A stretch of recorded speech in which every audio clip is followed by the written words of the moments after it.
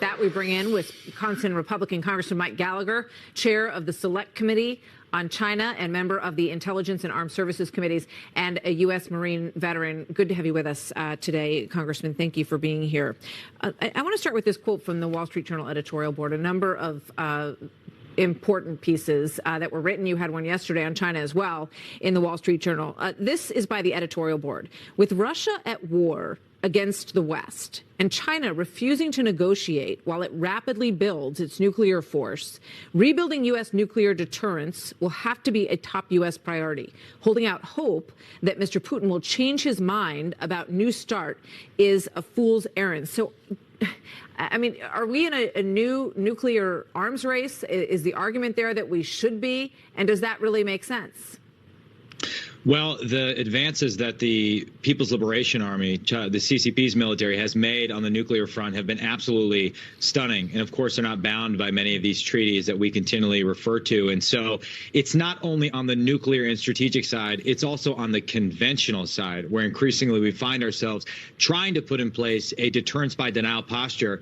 But time is simply not on our side. I just got back from a 4-day trip to Taiwan, and I can tell you that the time to arm Taiwan to the teeth was yesterday. Increasingly, we're seeing a strategic convergence between Russia and China, who, though they may be strange bedfellows, have a shared interest in undermining America and waging Cold War against the West. So it's time for us and our allies to wake up and invest in our own defenses, both conventional and strategic, before it's too late. You know, I was just listening to Larry Kudlow, who was in the Trump administration, of course, talking about the need for negotiations, the need for both sides to come to the table, and that the United States cannot, you know, commit to billions and billions of dollars every year into the future, that there has to be sort of an understanding of what the goal is here. And I think the American people are very torn on this entire question. Where do you stand? I stand from the position that we need to negotiate from strength. Negotiations just for the sake of negotiations are worthless. And in fact, the New START experience proves that to be true, because as you'll remember, President Biden basically granted Putin a 5-year extension in return for nothing. So led for negotiations, bragged about a diplomatic win. And what have we seen subsequently? Well, we've seen Russia invade Ukraine. We've seen deterrence fail. We've seen millions of dollars and tens of thousands of lives lost in the process. So we need to lead from a position of strength. And that actually gives our diplomacy the chance to succeed. But too often, the Biden administration reverses that. They think we can deter hard men, brutal dictators like Vladimir Putin or Xi Jinping with mean tweets from State Department accounts or the vague threat of sanctions. Only hard power deters, and that's what we need to understand if we want our diplomacy and any negotiation to succeed. Speaking of China, because all of these things are obviously linked, which you know well, because China watches this. They see how much we are resolved to make sure that Ukraine has its country's borders back, which we say we support.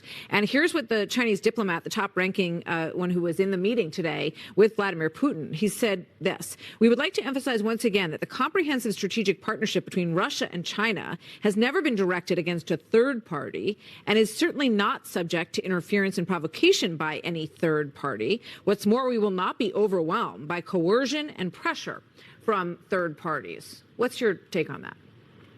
Well, increasingly, it's evident that Xi Jinping is turning Vladimir Putin into his junior partner. He's able to buy cheap energy from Russia right now as the war is ongoing in Ukraine. This is a de facto alliance being built against the West. And though they may talk vaguely about a third party, it's clear that America is the target here. So we need to understand the connection. And I was struck in my trip to Taiwan at how many Taiwanese leaders brought up the invasion of Ukraine as a wake-up call. And it should be a wake-up call for all of us who might tend to discount the idea that Xi Jinping will launch an invasion against Taiwan. I think we are in the window of maximum danger, and we need to learn the right lessons from the failure of deterrence in Ukraine in order to preserve the peace in Asia. President Tsai of Taiwan said she wakes up every day trying to increase the cost of a CCP invasion. That's what we need to help her do by clearing the backlog of foreign military sales items, for example. There are things we can do to prevent another catastrophic deterrence failure. We just need leadership and to act with a sense of urgency.